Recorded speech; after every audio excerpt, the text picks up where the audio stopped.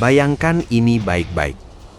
Di saat banyak negara maju masih sibuk memesan bus dari Eropa dan Jepang, diam-diam peta industri transportasi dunia sedang bergeser. Tanpa konferensi pers besar, tanpa headline bombastis, tanpa klaim berlebihan, 6 negara dari lintas benua datang bersamaan dan mengucapkan kalimat yang sama. Kami mau bus buatan Indonesia. Di titik ini, cerita berubah total. Ini bukan lagi kisah Indonesia sebagai pasar, bukan lagi Indonesia sebagai pengguna. Ini adalah Indonesia sebagai produsen yang diperebutkan. Dan pada saat yang sama, di kawasan yang sama, Malaysia hanya bisa menonton dari pinggir lapangan. Panas dingin, kaget, sekaligus sulit percaya. Yang lebih mengejutkan, ini bukan cerita tentang mobil listrik yang futuristik, bukan tentang supercar, bukan pula tentang teknologi eksperimental yang sering jadi bahan pameran otomotif dunia. Ini cerita tentang bus, ya, bus. Kendaraan yang selama ini dianggap biasa, kelas 2, jarang dibanggakan, jarang masuk berita, bahkan sering diremehkan. Tapi justru dari sektor yang dianggap sepele inilah, Indonesia melakukan lompatan industri yang pelan, sunyi, namun mematikan. Faktanya keras dan tidak bisa dipelintir. Indonesia telah mengekspor lebih dari 1.000 unit bus ke berbagai negara. Dan angkanya terus bertambah. Nilainya bukan receh. Untuk bus lantai 1, harganya berkisar 2 miliar rupiah per unit. Untuk bus lantai 2, nilainya bisa menembus 3 miliar rupiah per unit.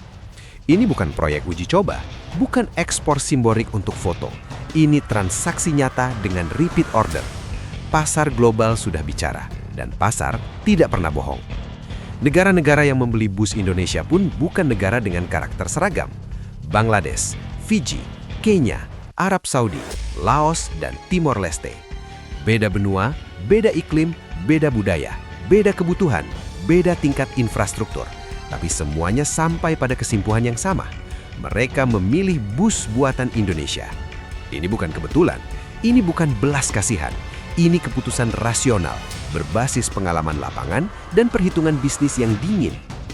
Di balik ekspor ini, berdiri nama-nama karoseri lokal yang mungkin jarang masuk headline nasional, tapi justru menjadi tulang punggung industri. Laksana dari Ungaran, Jawa Tengah, bersama Adi Putro, Tentram, dan karoseri nasional lainnya, perlahan menembus pasar dunia. Mereka bukan perusahaan multinasional raksasa, bukan PMA, bukan hasil joint venture asing. Mereka adalah karya anak bangsa, tumbuh dari bengkel, dari terminal, dari jalan rusak, dari keluhan sopir, dari komplain operator, dari kegagalan yang berulang. Disinilah letak kejujuran industri bus.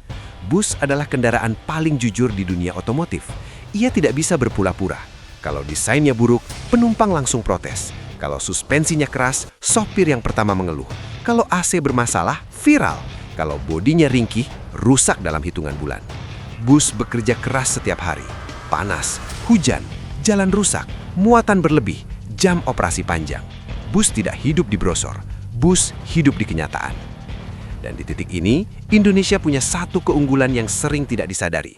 Indonesia memiliki laboratorium alam paling kejam di dunia.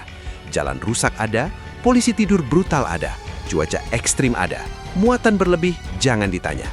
Tapi justru dari kondisi keras inilah, bus Indonesia ditempa. Bukan cantik di kertas, tapi tahan di lapangan.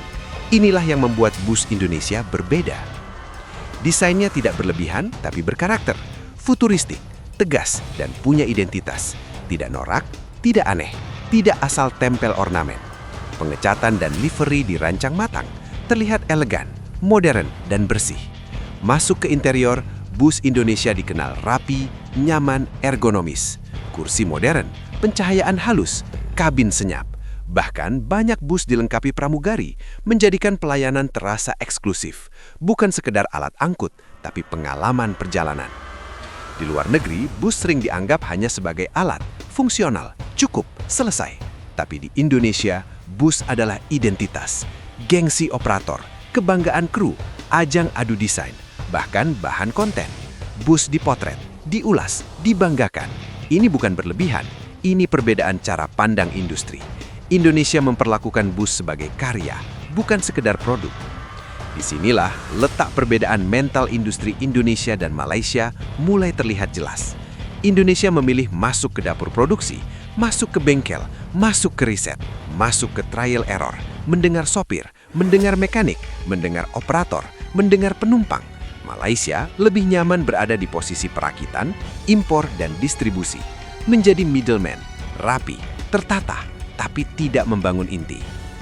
Perbedaan ini mungkin tidak terasa dalam jangka pendek, tapi dalam jangka panjang hasilnya brutal. Ketika 6 negara datang mencari bus, yang dicari adalah produsen, bukan perantara. Yang dicari adalah mereka yang menguasai desain, produksi, adaptasi, dan after sales. Dan di titik itu, Indonesia siap. Malaysia tidak masuk radar. Bukan kalah tender, tapi tidak dipanggil. Dan itu jauh lebih menyakitkan. Kasus Bangladesh adalah contoh paling telanjang. Negara ini mengimpor sekitar 1.000 unit bus dari Indonesia. Ini bukan pasar lugu. Bangladesh adalah pasar brutal. Bus bekerja hampir tanpa henti. Jalan padat, infrastruktur berat, tuntutan efisiensi tinggi. Kalau bus jelek, operator bangkrut. Dan justru di pasar sekeras itu, bus Indonesia bukan hanya masuk, tapi mendominasi. 1.000 unit bukan angka kecil. Itu berarti ribuan tenaga kerja terserap. Ratusan pemasok hidup, rantai industri bergerak, standar naik, teknologi diasah. Ini bukan ekspor sekali foto lalu selesai. Ini ekosistem yang berjalan. Dan yang lebih penting, ada repeat order. Artinya bus Indonesia dipakai, diuji, lalu dipesan lagi. Pasar tidak sentimental. Kalau jelek, berhenti. Faktanya, pesanan berlanjut. Awal dekade ini, Indonesia bahkan mengekspor bus double-decker legasi SR2 dengan harga sekitar 3 miliar rupiah per unit ke Bangladesh. Bukan 1-2 unit, tapi langsung 10 unit. Dan ini dilakukan oleh perusahaan lokal, bukan raksasa asing. Ini titik balik psikologis industri. Selama puluhan tahun, bus mahal identik dengan Eropa, Jepang, atau Korea. Sekarang, Indonesia masuk daftar itu. Malaysia masih belum. Disinilah rasa panas dingin muncul. Bukan iri personal, tapi iri struktural. Narasi lama runtuh. Selama puluhan tahun, Indonesia dianggap pasar. Malaysia dianggap lebih siap. Indonesia disuruh beli. Malaysia disuruh pamer. Tapi kini posisinya terbalik. Indonesia menjual, dunia membeli, Malaysia menonton. Dan setiap narasi yang runtuh akan memicu resistensi. Meremehkan, mengecilkan, menyebut murah, menyebut kelas bawah. Padahal pasar tidak peduli narasi. Pasar peduli siapa yang kirim barang tepat waktu, sesuai kebutuhan, dan tahan dipakai bertahun-tahun. Industri bus adalah tes kejujuran industri. Ia menguji desain bukan di studio, tapi di jalan. Menguji produksi bukan di prototipe, tapi di ribuan unit. Menguji logistik lintas negara, menguji after sales, menguji ketahanan bertahun-tahun. Negara yang hanya kuat branding akan gugur. Negara yang hanya jago merakit akan ketahuan. Negara yang hanya menjual cerita akan tersingkir. Indonesia lulus semua tahap itu. Tanpa teriak, tanpa slogan bombastis, tanpa klaim berlebihan.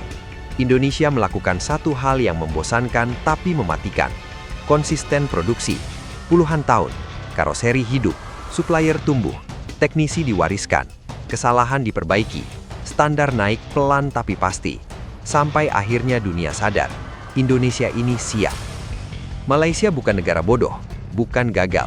SDM ada, infrastruktur ada, akses teknologi ada. Tapi masalahnya arah, fokus kebijakan, keberanian masuk sektor berat. Malaysia nyaman dengan impor karena impor mudah. Indonesia dipaksa mandiri karena impor dibatasi.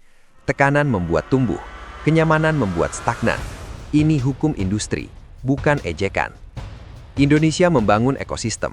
Malaysia lebih banyak membangun etalase. Ekosistem bertahan saat krisis, etalase tutup. Dan transportasi publik adalah industri krisis friendly. Ia tidak bisa berhenti. Disitulah ketangguhan diuji. Bus Indonesia sering disebut hotel berjalan, bukan karena brosur, tapi karena pengalaman. Kursi ergonomis, pencahayaan halus, layout dipikirkan, detail kecil yang terasa di perjalanan 8 hingga 12 jam. Karoseri Indonesia mengerti satu hal penting, penumpang itu manusia, bukan kargo. Dan inilah filosofi yang membedakan. Yang satu menjual fungsi, yang satu menjual pengalaman. Pasar global ternyata menyukai yang kedua.